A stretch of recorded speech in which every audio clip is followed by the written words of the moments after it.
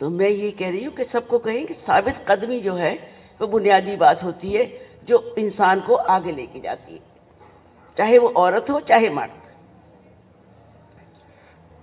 آپ نے اس اپنی بری عورت کی کتھا میں اپنی ازدواجی زندگی کا بھی ذکر کیا ہے، اور آپ کے جو شریک حیات ہے یوسف کامران، جن کا بہت جلدی مطلب انتقال ہو گیا، اس میں آپ نے ایک انٹرسٹنگ واقعہ لکھا ہے کہ جب ان پہ FIR کٹی تھی اور 1970 میں، اور ان کو جو ہے وہ مطلب اٹھوا لیا گیا میں تھا۔ جواب دیتی ہوں، آپ نہ کریں۔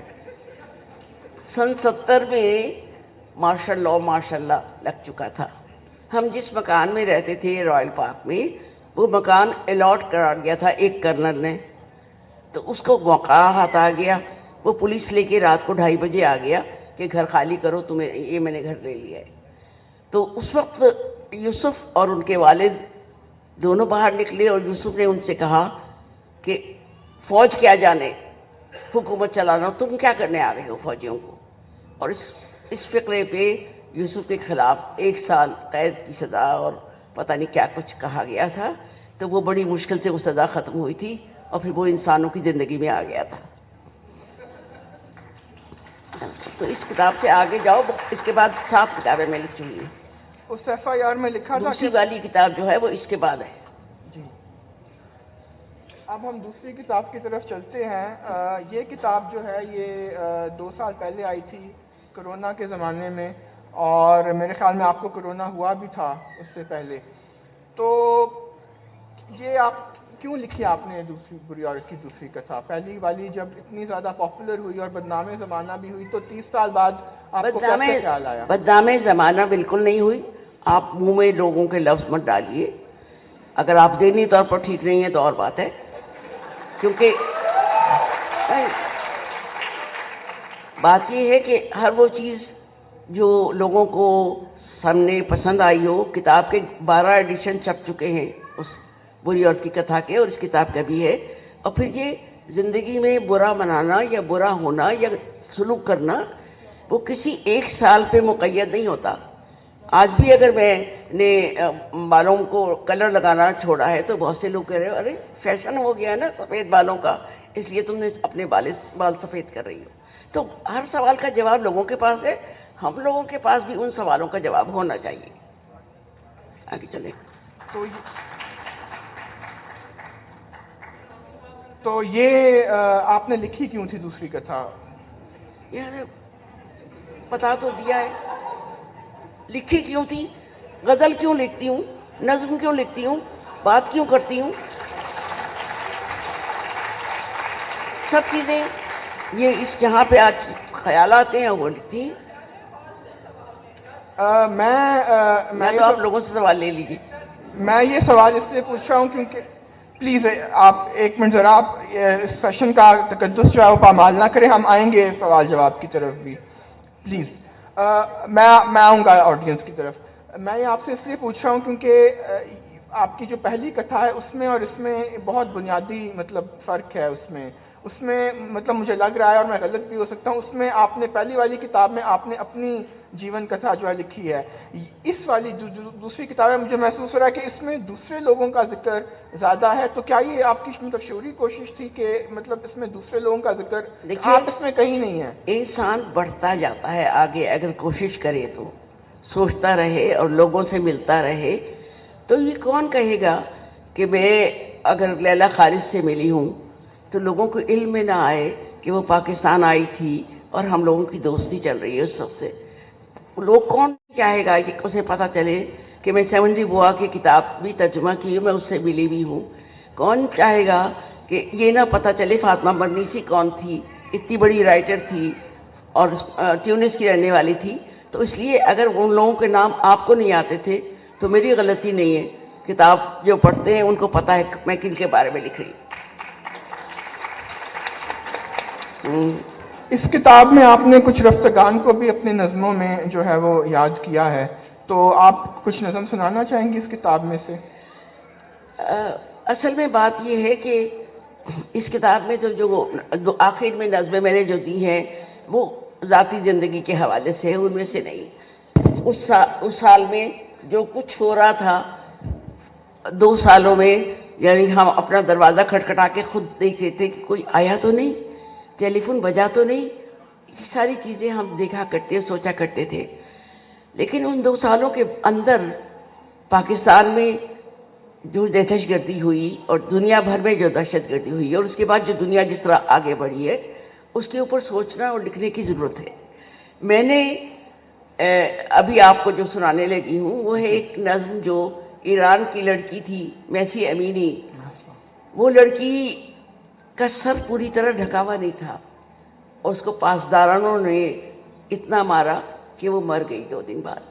اس کے بعد پوری ایران کی عورتیں, یورپ کی عورتیں, سارے ملکوں کی عورتیں باہر آئیں اس کے لیے کہ انسان کا جو حق ہے اس کو ملنا چاہیے. اور اب تک 28 لوگوں کو وہ ایران والے پھانسی دے چکے. تو یہ اس کے اوپر میں نے میسی امینی پہ نظم لکھی تھی, وہ میں آپ کو سنا دیتی ہوں. پلیز.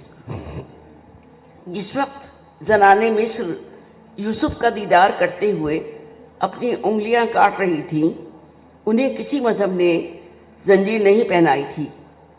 حافظ و سعدی کی زمین کے پاسدار جوان بچی کو تنبیہ کرتے ہوئے جان سے مار ڈالنے کو عین اسلام سمجھتے ہیں.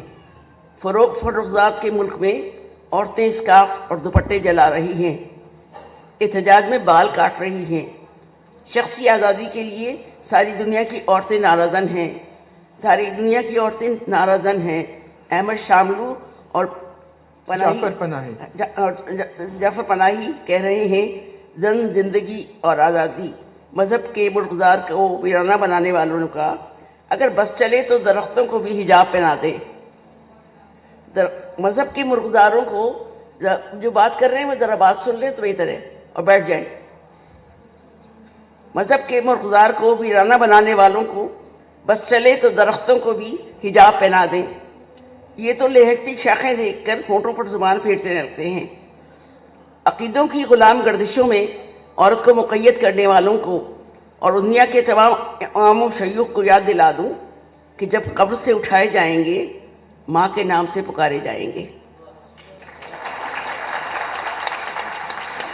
جب قبر سے اٹھائے جائیں گے ماں کے نام سے پکارے جائیں گے. اس دن ناصحین کو اپنی بخشش کی فکر ہوگی کہ اس وقت بھی عورتوں کو حشر کے میدان میں حجاب پہنانے کو بھاگتے رہیں گے. یہ ہے نظم.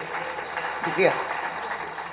چلیے اسی کی کنٹینیوٹی میں میں آج کے لحاظ سے ایک نظم سناتی ہوں. اس کا عنوان ہے میرا پیارا وطن.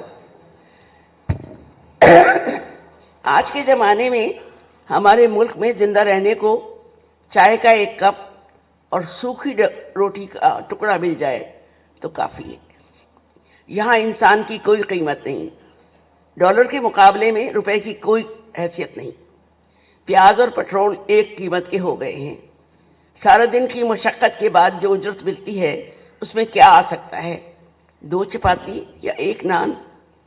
کتنے ٹکڑے کرو گے کہ سب کو داڑھ برابر کچھ حصہ مل سکے؟ وہی پرانے گرگے سیاست کے سوداگر ریڑے میں لدی بیویوں کو دیکھ کر لیموزین روک کر ہر کارے کے ہاتھ کچھ پڑیاں پکڑا دیتے ہیں, ریڑے کی طرف اشارہ کرتے ہیں. عورتوں سے انگوٹھے لگوا کر ہر کارا اور لیموزین آگے چلے جاتے ہیں. ریڑا بان گھوڑے کو چابک مارتے ہوئے اپنا حصہ مانگتا ہے اور پھر نعرہ مار کے کہتا ہے ووٹ کا تماشا لگنے والا ہے, ہمارے بھی اچھے دن آنے والے ہیں. عورتیں ہنستی ہوئی اپنے گھروں کو چلتی اور نوٹ گنتی جاتی ہیں. موٹر سائیکلوں پر تیز تیز چلتے ہوئے نوجوان عورتوں کے ہاتھوں کو خالی کر کے بھاگ جاتے ہیں. یہ ہے میرا پیارا اسلامیہ پاکستان. اور پھر یہ کہ ایک صاحب حامد میر کہہ رہے تھے کہ آپ کہتی ہیں کہ صرف جوانی کے بارے میں زیادہ تر غزلیں کہتی جا رہے ہیں, بڑھاپے کے بارے میں کوئی نہیں کہتا, کوئی اور زندگی کی تنہائی کے بارے میں نہیں کہتا.